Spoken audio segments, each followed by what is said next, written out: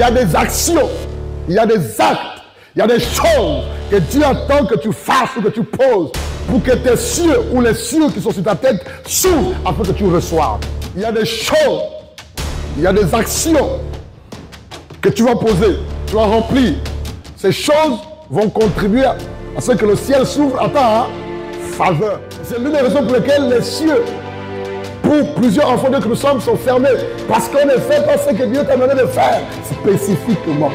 Et à chaque fois que Dieu te demande de faire quelque chose, c'est parce qu'en retour, il veut te bénir. Il veut t'accorder quelque chose. Amenez-moi, dis ça autrement. C'est pour que les cieux s'ouvrent en ta faveur. Les cieux, sur le plan spirituel, pour les enfants de Dieu que nous sommes, c'est-à-dire les hommes et les femmes qui sont nés d'en haut, qui sont nés de nouveau, qui ont accepté Christ Jésus, spirituellement, les cieux sont ouverts.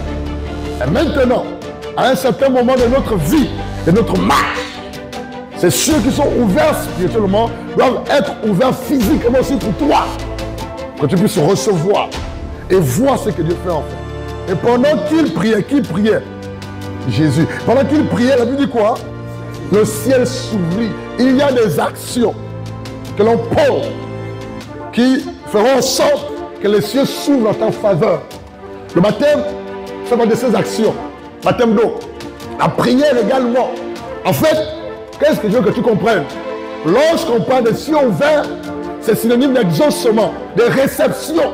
Plusieurs frères dans le Seigneur, les cieux sont fermés. Pourquoi? Parce qu'ils ne savent pas quelle action mener, poser. Pour certains chrétiens on dit, j'ai comme l'impression que le ciel est fermé. Pourquoi? Parce que ces prières ne sont pas exaucées. Les hommes spirituels, les femmes spirituelles, que ce soit dans l'église ou dans le monde des ténèbres, ne prient pas à n'importe quel moment. Les satanistes, les sorciers, les occultistes dans le monde, ils ne prient pas n'importe comment, à n'importe quel moment. Oui, il y a un verset que l'on comprend mal. Priez sans cesse. Mais même lorsque la Bible dit de prier sans cesse selon la direction du Saint. Il y a des moments auxquels, toi et moi, en tant qu'enfants de Dieu, on doit prier véritablement. On ne doit pas se relâcher. On doit pousser dans la prière. On doit insister dans la prière. On doit défoncer. Et c'est l'une des raisons pour lesquelles les enfants de Dieu que nous sommes, on passe à côté. On ne prie pas. On ne prie pas. Et il y a même des événements ou des situations, des moments de ta vie, quand ça arrive, quand tu vois ça, que ce soit physiquement ou spirituellement, en fait, Dieu veut te faire comprendre. Monte dans la prière. Insiste dans la prière. Sois agressif. Sois agressif dans la prière.